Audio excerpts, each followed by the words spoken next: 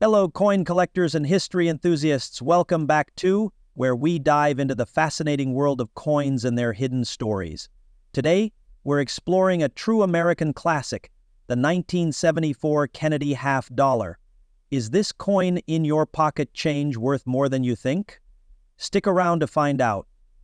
Kennedy half dollar was first minted in 1964, just months after the tragic assassination of President John F. Kennedy.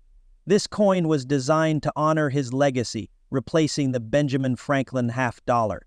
It features Kennedy's iconic profile on the obverse, designed by Gilroy Roberts, and the presidential seal on the reverse, crafted by Frank Gasparro by 1971. The coin transitioned from a 40% silver composition to a copper-nickel clad, making the 1974 edition part of this modern era of coinage. The 1974 Kennedy half dollar was minted at 3 locations: Philadelphia, Denver, and San Francisco. Here's the breakdown of mintage numbers. Philadelphia minted over 201 million coins with no mint mark. Denver produced around 64 million, marked with a small d. San Francisco struck proof coins for collectors, featuring the S's Mint Mark ProProf coins from San Francisco are struck with extra detail and shine, making them highly sought. 1974 Kennedy half dollar in circulated condition. The coin's face value is 50 cents, and most circulated examples aren't rare. However, collectors value them based on condition and demand. In good to very fine VF condition, the coin is worth about 50 cents to $1. Extremely fine VF condition, the value rises to around $1.50 to $2.11, though these values aren't groundbreaking. Higher grade coins or error coins can fetch much more. Speaking of errors, the 1974 Kennedy half dollar has a famous variety known as the dot. This error is characterized by double lettering. In this error, the coins contain significant lettering of various grades, V, V, O, V, and especially noticeable in the words, "In God we trust," and "liberty." Want to know if your Kennedy half dollar is worth more than face value? Here's how. Look for the mint mark near Kennedy's neck. Inspect the obverse for doubling with a magnifying glass. Check the coin's overall condition. Scratches, wear, and luster affect the grade. Investing in the right tools can make identifying valuable coins much easier. You know, the Kennedy half dollar is still legal tender, but rarely used in everyday transactions.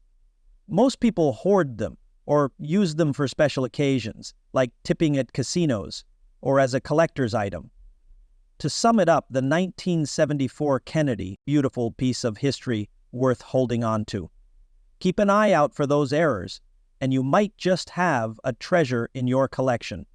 The Kennedy half dollar was first minted in 1964 as a tribute to President John F. Kennedy, following his tragic assassination in November 1963. It was meant to immortalize his legacy and became an instant favorite among Americans. But what makes the 1974 Kennedy half dollar stand out, and how did it circulate? Let's find out. First, let's talk about the design. The obverse features the iconic profile of President Kennedy, designed by Gilroy Roberts. The reverse showcases the presidential seal, with an eagle clutching arrows and an olive branch, designed by Frank Gasparro. These details make the Kennedy half dollar one of the most recognizable coins in U.S. history.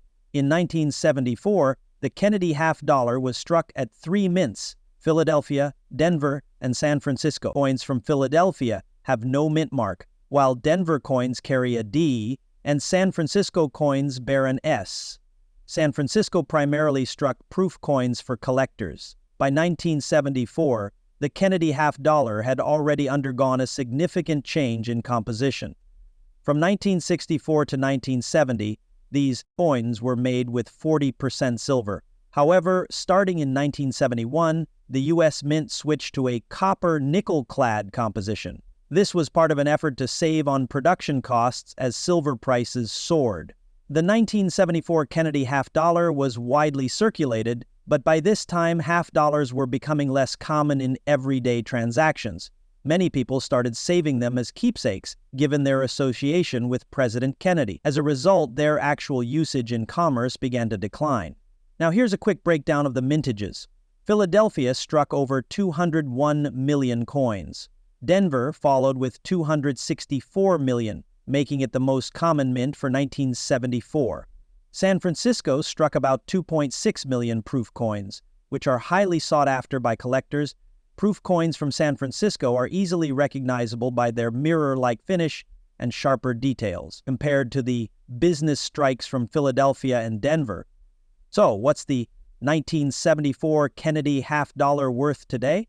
In circulated condition, these coins are generally worth their face value of 50 cents, as they contain no silver. However, uncirculated examples can fetch between $2 and $10, depending on their condition. Proof coins, especially those in pristine condition, can be worth $8 or more. If you come across a coin in mint state condition or graded by a professional service, it could be worth even more to collectors. The higher the grade, the higher the value. Did you know that the Kennedy half-dollar is still being minted today, but mostly for collectors? Despite its declining use in circulation, it remains a symbol of American history and pride. Furthermore, whether you find one in your change or add it to your collection, the 1974 Kennedy half-dollar is a coin with a story worth sharing. What do you think about this coin? Let us know in the comments below.